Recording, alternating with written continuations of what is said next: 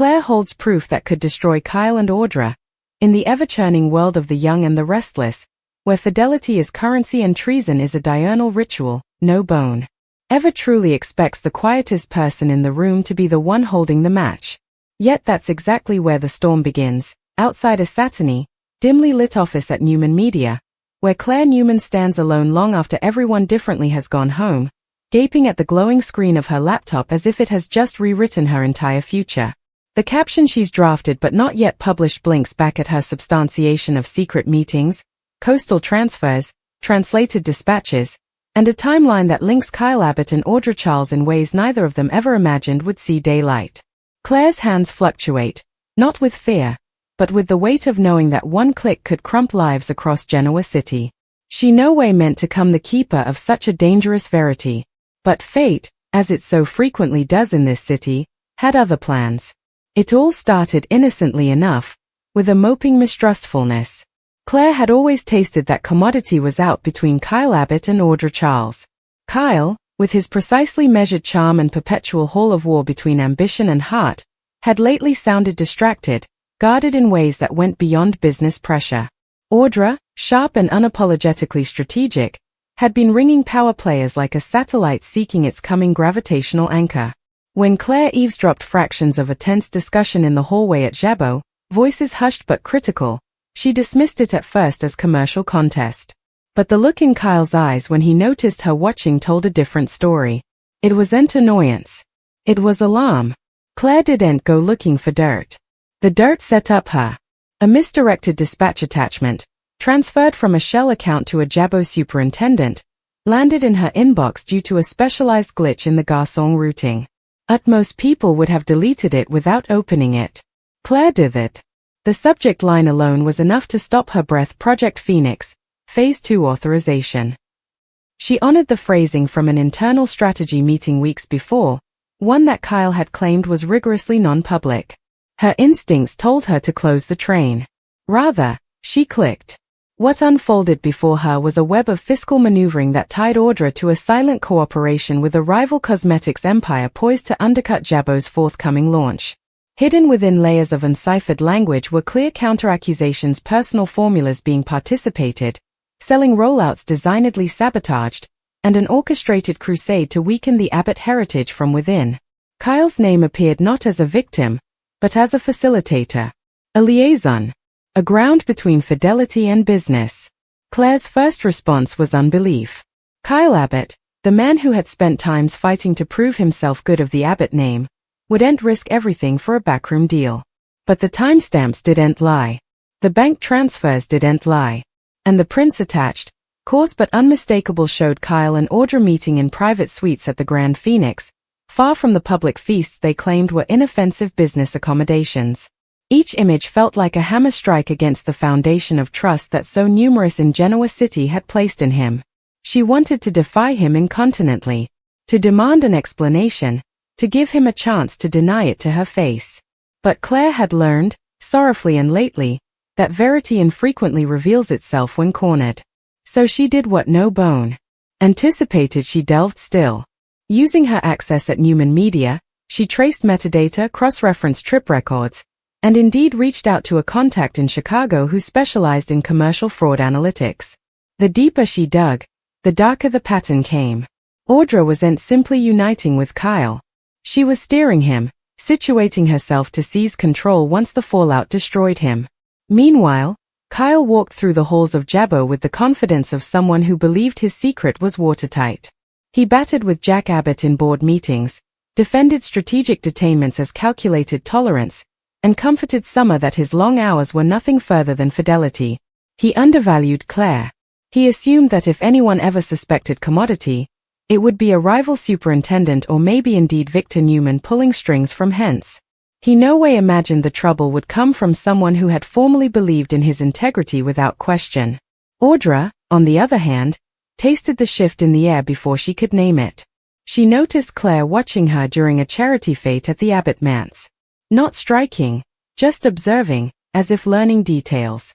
Audra flattered herself on reading people, and Claire's silence unsettled her further than any blameworthiness could have. She advised Kyle that they demanded to accelerate Phase 2. "We see ain't go vacillation," she told him, her voice silk over steel. "However, you'll be the goat, if the board catches indeed a tale of this." Kyle bristled at the recrimination, averring he'd safeguards in place.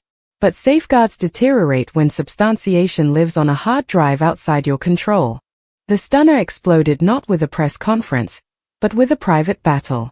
Claire invited Kyle to meet her at Crimson Lights under the pretense of agitating a media collaboration. The familiar hum of espresso machines masked the pressure between them. She didn't desolate time with amenities. She slid a tablet across the table, its screen displaying a spreadsheet of deals linking him to Audra's coastal account. Kyle's color drained in a moment. He tried to laugh it off, to suggest misapprehension. Claire combated with the prints, the emails, the design timeline. Each piece concentrated over the coming until denial sounded concave indeed to him. "Why?" she asked, her voice steady despite the earthquake in her casket. "Why would you risk your family's heritage for this?" Kyle's answer was an involved concession of ambition and resentment. Times of feeling overshadowed. The desire to prove he could outthink not only his father, Jack Abbott, but also Victor Newman's ruthless conglomerate. Audra had presented the plan as a strategic alliance, temporary, controlled, profitable. He'd induced himself it wasn't treason, simply elaboration. But nearly along the way, he lost sight of the line he swore no way to cross. Claire heeded, but her resoluteness didn't waver. She made it clear she hadn't decided what to do yet. Publish the story and watch him fall. Hand the substantiation to Jack intimately and let the family buckle behind unrestricted doors. Or defy Audra directly and force her hand. Kyle contended for time, promising he could fix it, decompress the deals before they touched off unrecoverable damage. Claire didn't promise anything in return. Audra's battle came next, and it was far less subdued. Claire possessed her in the Newman media office late one evening, the megacity skyline casting sharp murk across the room. Unlike Kyle, Audra didn't deny the data. She respected Claire's thoroughness, indeed saluted it. "You're smarter than they give you credit for," she said coolly. "But releasing that information won't just destroy Kyle. It'll destabilize Jabot, tank stock prices, and hand power to people far worse than me." It was both a warning and a challenge. Claire realized also that this wasn't simply about two individualities betraying trust. It was about the fragile ecosystem of Genoa City's commercial elephants. One disclosure could set off a chain response affecting families, workers, and decades-old alliances. Yet silence would make her complicit. She had been manipulated before in her life, used as a pawn in games she no way agreed to play. This time, she refused to be anyone's pawn. The pressure reached a boiling point when Jack Abbott stumbled upon hints of irregularities in Jabot's daily reports. His reservations led him to Kyle's office just as Claire was leaving. The look they changed told him everything. There was a secret swimming between them, and it involved his son. When Jack latterly brazened Kyle with the partial data he'd uncovered, Kyle realized the walls were closing in from all sides. Claire's substantiation was the missing piece that could confirm his worst fears. In a hopeless shot to recapture control, Kyle tried to cut ties with Audra, demanding she dissolve the cooperation and transfer back any boosted means. Audra responded with icy pragmatism. She had contingency plans, contracts, leverage. However, she'd ensure he took the full mass of the fallout if he turned on her. For the first time, Kyle understood he was no longer her mate, he was her liability. Claire's final decision came during her insomniac night spent reviewing the substantiation once further.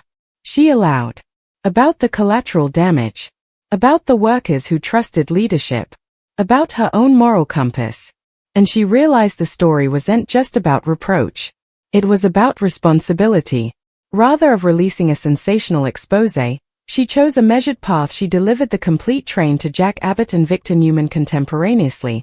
Icing neither side could bury it for strategic gain. Translucency, not spectacle. The fate was seismic. Board meetings erupted into crying matches. Audra was forced to defend her conduct under the light of inarguable evidence. Kyle's position at Jabot hung by a thread as Jack grappled with the treason of both business and blood. Victor, ever the opportunist, saw influence in the chaos but admired Claire's restraint. She hadn't sought vengeance or captions. She sought verity. In the weeks that followed, alliances shifted like monumental plates. Kyle faced consequences: public stricture, temporary suspense, and the long road of rebuilding trust. Audra's precisely constructed ascent stalled as investors questioned her ethics. Claire, formerly undervalued, surfaced as a redoubtable force in her own right. Not because she destroyed them, but because she proved she could have, and chose integrity rather. Yet in Genoa City, stories no way truly end. Secrets have a way of resurfacing, and power vacuums invite new players. Claire's stunner substantiation may have averted one catastrophe, but it also illuminated her as someone unafraid to challenge titans. And that, maybe, is the most dangerous disclosure of all. In the unpredictable, character-driven macrocosm of the young and the restless, fallout is no way contained to a single boardroom. It spreads through families, Gemütlichkeit, rival companies, and rumored exchanges at Crimson Lights until every corner of Genoa City feels the earthquake. Claire Newman knew that when she handed the substantiation to Jack Abbott and Victor Newman contemporaneously, she wasn't just exposing a secret alliance between Kyle Abbott and Audra Charles. She was driving a reckoning that would review fidelity, power, and ambition for everyone involved. The morning after the lines were delivered, Jabot's administrative bottom felt colder than usual. Sidekicks avoided eye contact. Phones chimed unanswered. The typically confident meter of business was fractured by query. Jack Abbott had spent the night digging through the documents, his jaw tensing with every evidence of what he'd hoped was a magnification. The spreadsheets were real. The shell pots were traceable. The translated dispatches between Kyle and Audra weren't fabricated misconstructions. They were deliberate, strategic exchanges designed to undermine Jabot's competitive advantage. When Jack summoned Kyle into his office, there was no paternal warmth left in the room. There was only the weight of heritage. Kyle entered knowing the battle was ineluctable. He'd rehearsed explanations, apologies, indeed justifications. But none of them sounded satisfying in his own head presently. Jack didn't roar at first. He simply asked one question: did you suppose I wouldn't find out? Kyle's silence was answer enough. Across city at Newman Enterprises, Victor Newman entered the same translated package Claire had delivered to Jack. Unlike Jack, Victor's response wasn't one of heartache, it was computation. He respected strategy, indeed ruthless strategy, when executed with perfection. But Kyle's mistake wasn't ambition. It was neglectfulness. Victor honored Audra's fingerprints each over the operation: concentrated protections, contingency contracts, influence points designed to ensure she could walk down complete if effects collapsed. Kyle had believed he was co-architect. In verity, he'd been an expendable instrument. Victor summoned Claire to his office not to reprimand her, but to understand her motive. He leaned back in his president, steepling his fritters as he studied her countenance. You could have destroyed them intimately, he observed. Why didn't you? Claire's answer was measured. She didn't want spectacle. She wanted responsibility. She refused to let either conglomerate weaponize the verity for advantage without admitting the detriment done. Victor saw in her commodity rare, someone willing to challenge power without pining it. That alone made her changeable. And in his world, unpredictability was both trouble and asset. Meanwhile, Audra Charles refused to horrify. Fear was for amateurs. She convened a discreet meeting with her legal platoon before dawn, cranking clauses that shielded her from direct liability. The contracts she had orchestrated with the rival empire were structured so that Kyle's authorization bore the functional responsibility. However, they would find their case entangled in procedural Argentine zones that would take months, if not times, to unravel, if Jabot chose to pursue legal action. Audra's confidence wasn't arrogance, it was medication. But what she hadn't anticipated was Claire's restraint. By delivering the substantiation intimately rather than intimately, Claire had forced the matter into ethical home rather than media delirium. Audra couldn't spin it as a smear crusade or commercial sabotage. It was internal treason, proved and inarguable. Summer Newman was among the last to learn the full extent of Kyle's involvement. When she brazened him, the hurt in her eyes transcended any commercial fallout. She had defended him in exchanges with skeptical associates, believed in his vision for Jabot's future. Now she saw the cracks. She had ignored the secretiveness, the guard, the way he diverted exchanges whenever Audra's name surfaced. Kyle tried to explain that it had started as a strategic barricade, a temporary cooperation to strengthen Jabo's global expansion. But Summer heard only one verity: he'd chosen ambition over integrity. At Jabo, the board meeting that followed was explosive. Directors demanded clarity. Shareholders were formally catching wind of irregularities in fiscal vaticinations. Jack presented the substantiation without embellishment, his voice steady but simulated. Kyle sat at the end of the table, no longer the rising visionary but the subject of scrutiny. Some board members argued for immediate termination to cover the company's character. Others advised against rash opinions that could destabilize operations further. In a move that surprised numerous, Jack didn't fire his son on the spot. Rather, he blazoned a temporary suspense pending a full internal inspection.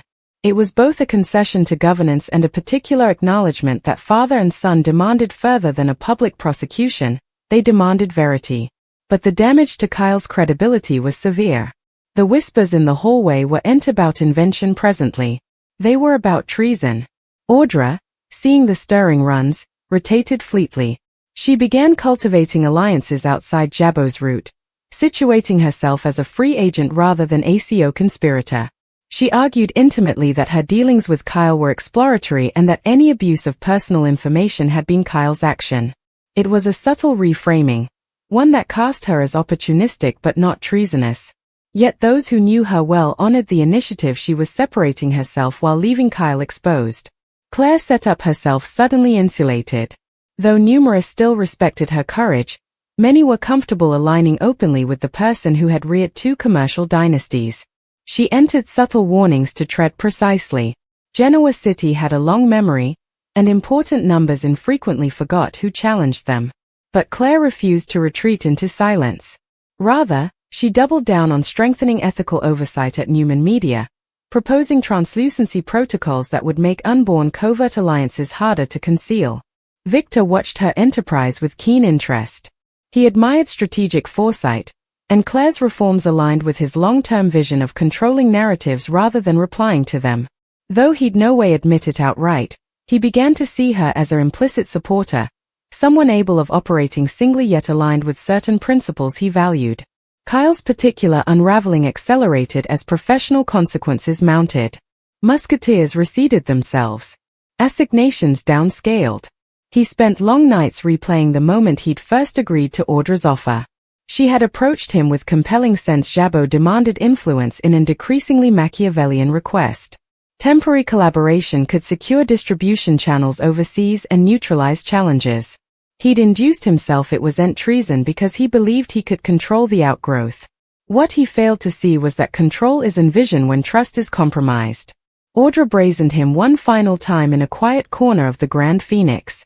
There was no affection in her aspect. Only clarity. You knew what this was, she told him. Don't pretend you were misled.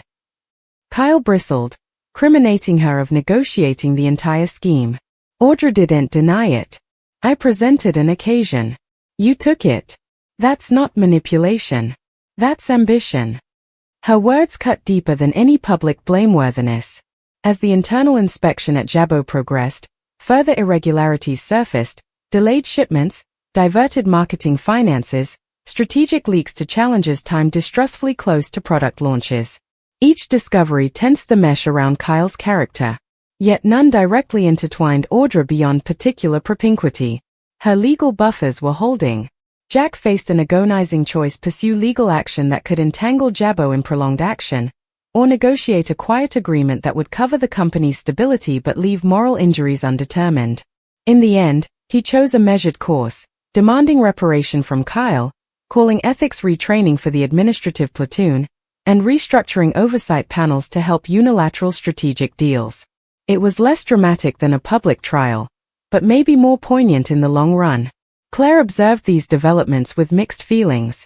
She hadn't sought to destroy Kyle. She had sought to stop a dangerous line. Seeing him lowered was bittersweet. She honored that ambition, when untethered from responsibility, corrodes character. But she also understood the mortal cost of exposure. Genoa City thrived on redemption bends as much as downfalls. Victor ultimately summoned Kyle for a private discussion. The meeting was brief but profound.